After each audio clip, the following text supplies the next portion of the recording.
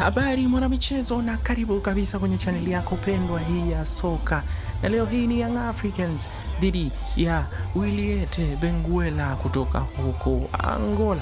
Na leo hii Young Africans wapo hapa Benjamin William Mkapa kwa ajili ya kupambana dhidi ya Wiliete ya Angola hii katika mchuano huu wa CAF Champions League, raundi ya kwanza ya mchuano. Na hii leo Young Africans wanakamilisha ratiba baada ya kuondoka na ushindi katika mchezo uliopita wa takriban goli 3-0. Na katika maajabu ya soka, basi ni leo labda huenda Wiliete wakapindua meza kibabe, lakini si kweli, ila Young Africans anategemewa kuondoka na ushindi mkubwa wa goli 2 na kuendelea dhidi ya Wiliete Benguela. Kaa karibu na chaneli hii ili uwe